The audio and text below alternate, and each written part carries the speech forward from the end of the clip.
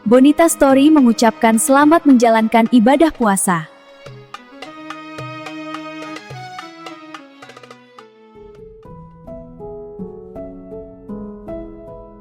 Malam di Hong Kong selalu gemerlap. Dari jendela apartemen lantai 18, lampu-lampu gedung pencakar langit berkilau seperti bintang jatuh yang tak pernah menyentuh bumi. Angin tipis menggerakkan tirai kamar kecil di sudut dapur. Kamar yang hanya cukup untuk kasur lipat, lemari plastik, dan koper tua. Di sanalah Santi duduk. Hijab hitam sederhananya masih rapi, meski wajahnya terlihat lelah. Tangannya kasar karena sabun dan cairan pembersih. Di pangkuannya tergeletak ponsel murah yang menjadi satu-satunya penghubung dengan dunia luar. Di luar sana, kota ini hidup. Di dalam kamar kecil itu, Santi merasa sendirian. Sudah 3 tahun ia bekerja sebagai ART di Hong Kong. Gajinya 12 juta per bulan. Cukup untuk mengirim uang ke kampung di Cirebon. Cukup untuk hidup sederhana. Tapi tidak cukup untuk membeli rasa ditemani. Santi memandang foto lamanya bersama mantan suami di galeri ponsel. Ia menghela napas. Ya Allah, kapan aku bahagia lagi? Air mata tak jatuh. Ia sudah terlalu sering menangis sendirian. Jam menunjukkan pukul 22.45. Majikannya sudah tidur. Semua pekerjaan selesai. Lantai bersih, dapur rapi, cucian terlipat. Santi duduk bersila di atas kasur tipisnya. Ia membuka TikTok. Lampu kamar redup. Cahaya layar ponsel menerangi wajahnya yang lembut. Ia menekan tombol live. Awalnya hanya beberapa penonton. 10 orang. 20 orang. Ada yang sekedar lewat, ada yang memberi komentar iseng. Santi menyanyikan lagu lama pelan-pelan. Suaranya tidak terlalu merdu, tapi tulus. Komentar masuk. Semangat TKI Hong Kong. Mbak cantik walau sudah 40. Janda ya mbak. Santi hanya tersenyum kecil. Tiba-tiba muncul notifikasi gift kecil. Mawar, X1. Kopi, X1. Nama pengirimnya, Sadam Second G, BJKT. Ia muncul lagi, mawar lagi, kopi lagi. Gift receh, nilainya tak seberapa. Tapi anehnya, Santi tersenyum lebih lebar. Terima kasih Sadam Jakarta, ucapnya lembut membaca username itu. Nama itu terasa dekat. Live selesai 1 jam kemudian. Santi biasanya langsung tidur, tapi malam itu tidak. Ia membuka daftar penonton, mencari satu nama. Sadam Second G, BJKT. Tangannya sedikit gemetar saat membuka profilnya. Foto profil itu membuatnya terpaku. Seorang pria muda, 32 tahun. Kulit bersih, rambut hitam rapi, senyum sederhana tapi hangat. Tampan dengan cara yang tidak dibuat-buat. Bayonya singkat. Kerja pabrik sepatu. Jakarta, Simple Life. Santi menelan ludah. Ia sadar dirinya 40 tahun, janda, pekerja rumah tangga di negeri orang. Sedangkan pria itu masih muda, masih perjaka, setidaknya dari yang tertulis. Ah, cuma penonton biasa. Gumamnya mencoba menenangkan diri. Namun sebelum menutup aplikasi, muncul notifikasi. Pesan dari Sadam Second G, BJKT. Jantung Santi berdetak lebih cepat. Ia membuka pesan itu. Mbak, suaranya bikin kangen rumah. Santi terdiam lama. Tak ada yang pernah mengatakan kalimat sehangat itu padanya dalam bertahun-tahun. Santi membalas dengan hati-hati. Terima kasih ya Dam, sudah mampir live. Obrolan mereka mengalir. Tentang pekerjaan. Tentang capeknya kerja pabrik. Tentang panasnya Jakarta. Tentang rindunya Santi pada nasi jamblang Cirebon. Sadam tidak banyak bicara, tapi ia selalu membalas. Tidak menggoda berlebihan, tidak juga terlalu dingin. Hangat, sederhana. Santi tersenyum sendiri di kamar kecilnya. Untuk pertama kali setelah lama, ia merasa dinanti. Sebelum tidur, Sadam mengirim pesan lagi. Besok live lagi ya, aku nonton. Santi memeluk ponselnya di dada. Di luar, Hong Kong tetap ramai. Tapi malam itu, hati Santi tidak lagi terasa kosong. Ia belum tahu, gift receh itu akan mengubah hidupnya. Dan mungkin menghancurkan sekaligus menyelamatkannya. Hong Kong masih gelap ketika alarm Santi berbunyi pukul 5 pagi. Ia bangun pelan, merapikan hijab abu gelapnya, lalu mulai menyiapkan sarapan majikan. Tangannya cekatan memotong sayur, menyiapkan roti, menyeduh teh. Namun, kini ada yang berbeda. Setiap beberapa menit, ia melirik ponsel yang diletakkan di dekat wastafel. Tunggu pesan, tunggu notifikasi. Dan benar saja. Sadam. Pagi, San, sudah bangun. Jangan lupa sarapan ya. Santi tersenyum sendiri. Belum pernah ada pria yang mengingatkannya makan sejak ia bercerai. Ia membalas cepat. Sudah, Dam? Kamu sudah berangkat kerja? Balasan datang 5 menit kemudian. Iya, naik motor. Doakan aku ya. Sejak itu, rutinitas mereka terbentuk. Pagi, saling menyapa. Siang, saling bertanya sudah makan atau belum. Malam, video call singkat sebelum tidur. Santi mulai merasa hidupnya tidak lagi tentang kerja dan kirim uang. Ada seseorang yang menunggunya di Indonesia. Atau setidaknya, ia percaya begitu. Suatu malam, saat video call, Sadam terlihat lebih serius dari biasanya. Wajah tampannya terangi lampu kamar kontrakan sederhana. San, aku mau jujur. Santi langsung cemas. Ada apa, Dam? Sadam menarik napas panjang. Aku ini cuma kerja pabrik. Gaji nggak seberapa. Tapi aku serius sama kamu. Serius? Kata itu terdengar indah. Aku nggak peduli kamu janda atau umur kamu 40. Lanjut, Sadam. Aku nyaman sama kamu. Kamu beda. Air mata Santi menggenang.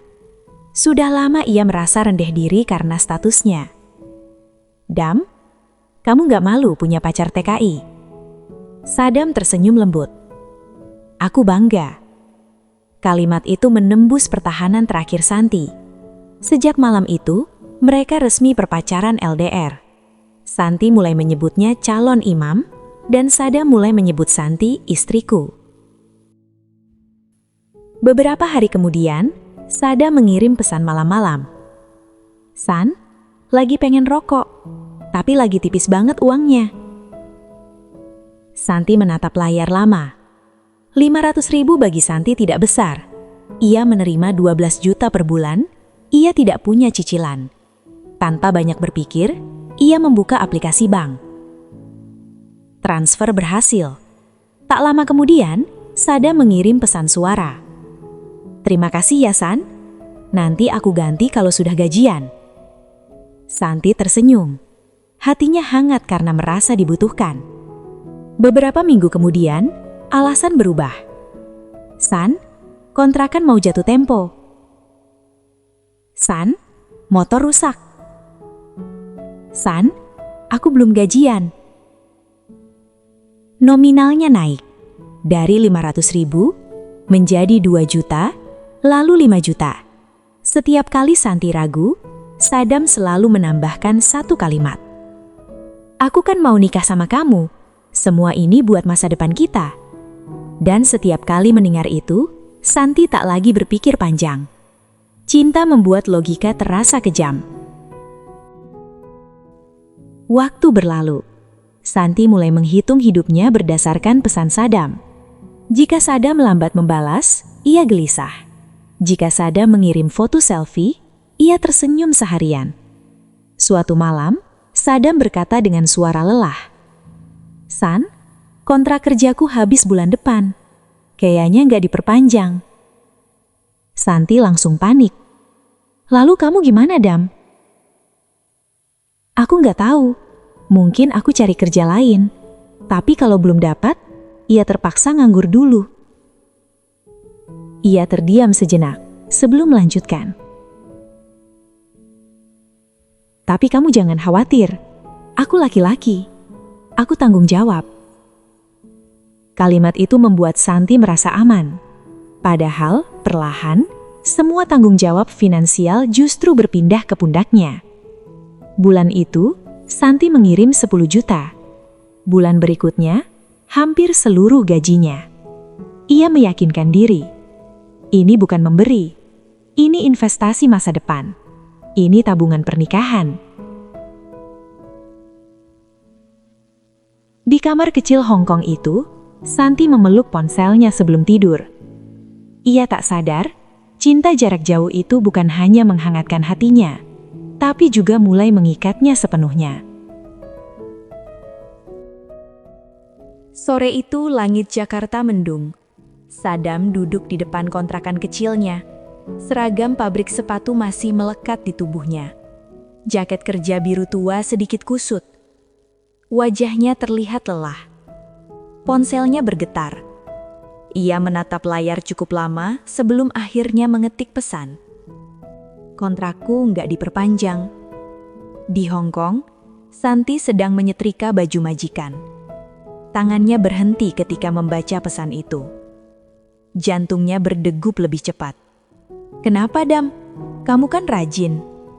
Balasan datang beberapa menit kemudian. Katanya pengurangan karyawan, aku termasuk. Foto selfie menyusul. Wajah Sadam tampak murung. Ada kesedihan di matanya. Santi menelan ludah. Ia membayangkan pria itu sendirian di Jakarta, tanpa keluarga dekat, tanpa pegangan. Ya Allah, jangan sampai dia susah, gumamnya. Tanpa diminta langsung, malam itu juga Santi mengirim 5 juta. Di layar muncul notifikasi transfer berhasil. Sada membalas cepat.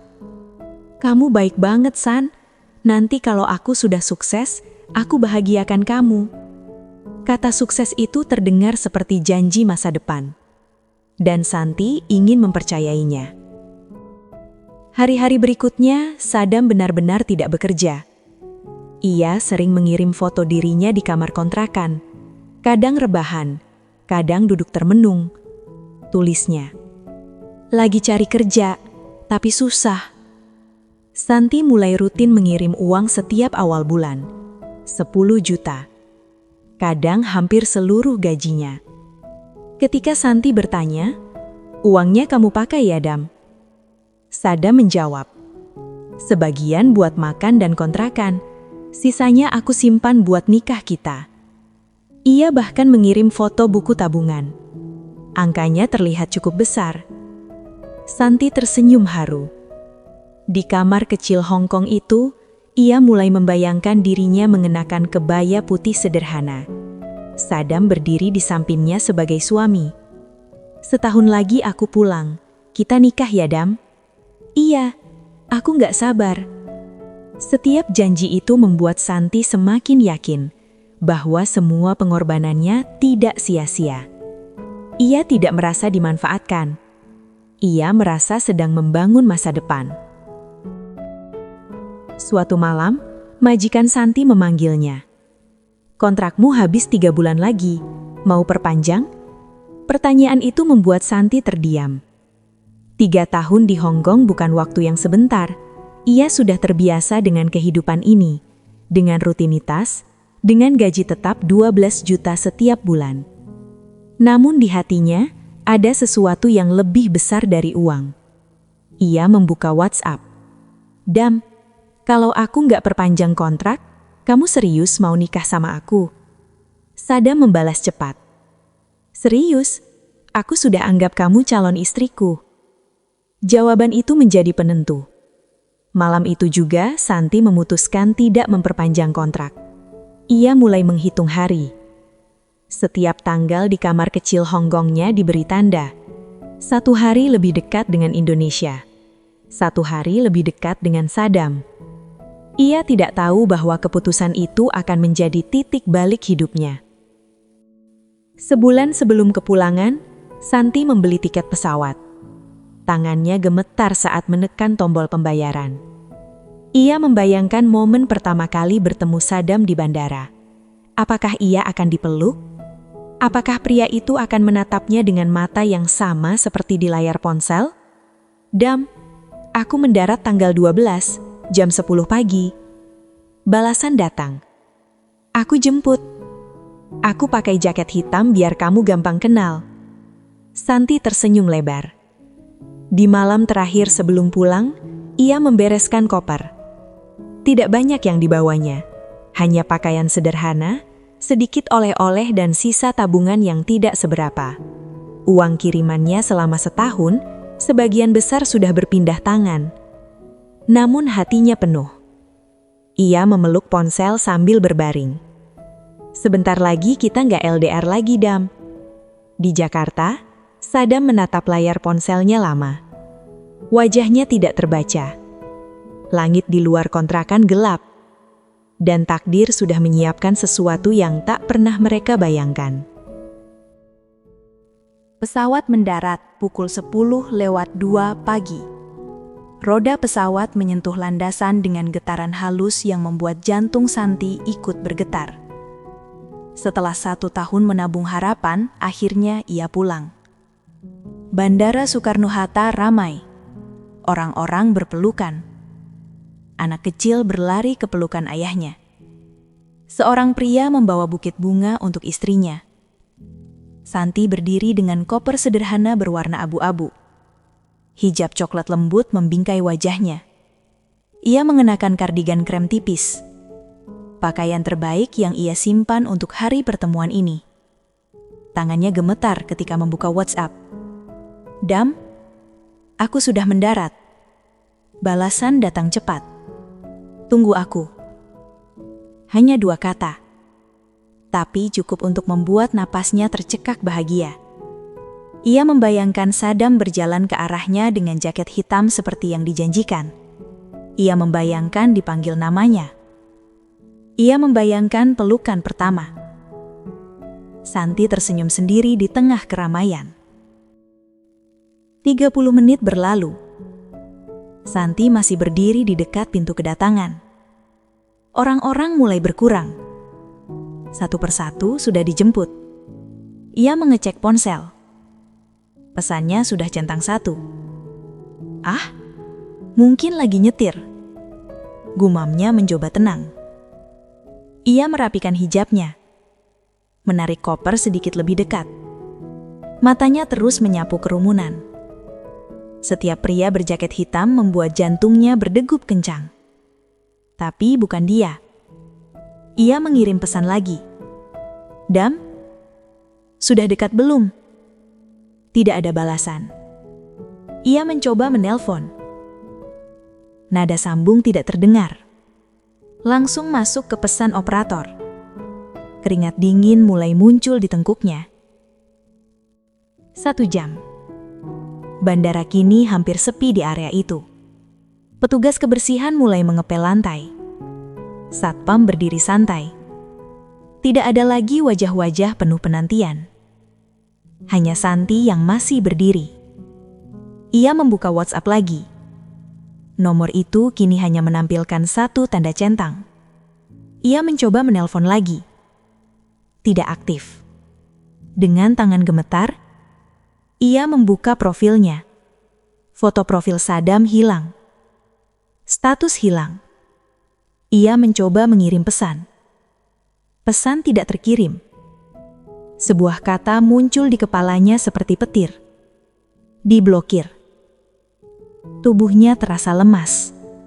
Semua uang yang ia kirim, semua janji, semua rencana, semuanya seperti diputar ulang dalam 1 detik yang menyakitkan.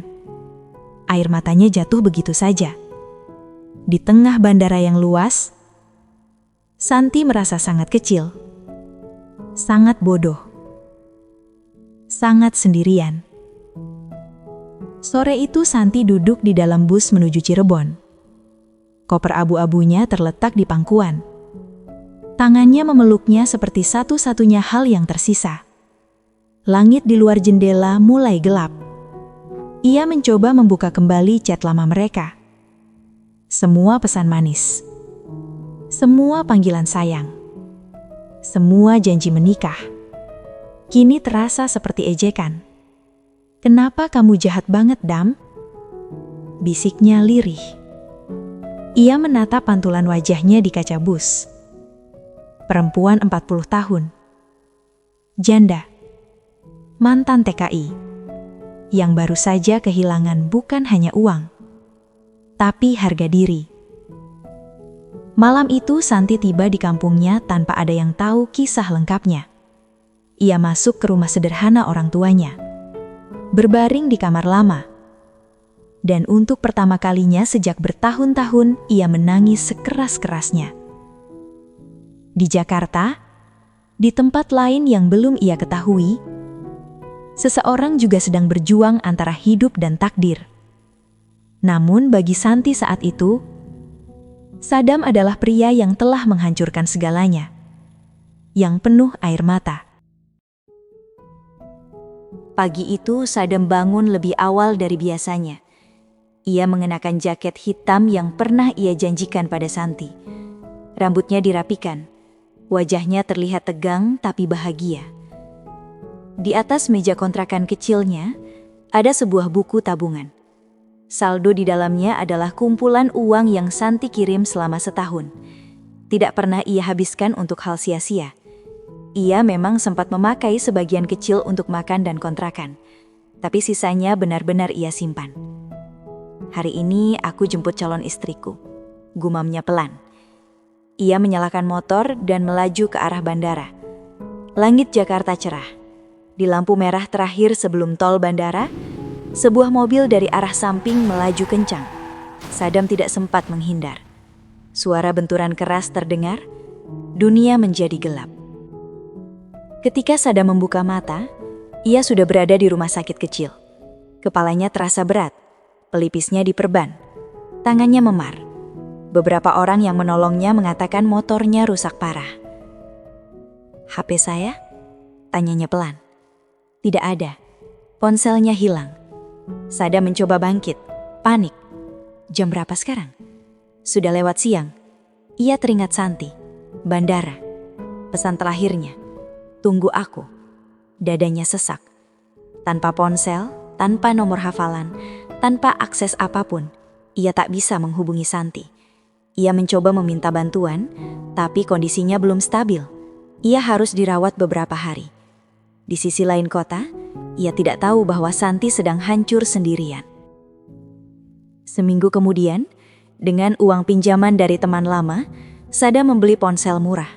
Hal pertama yang ia lakukan bukan membuka WhatsApp, melainkan membuka TikTok.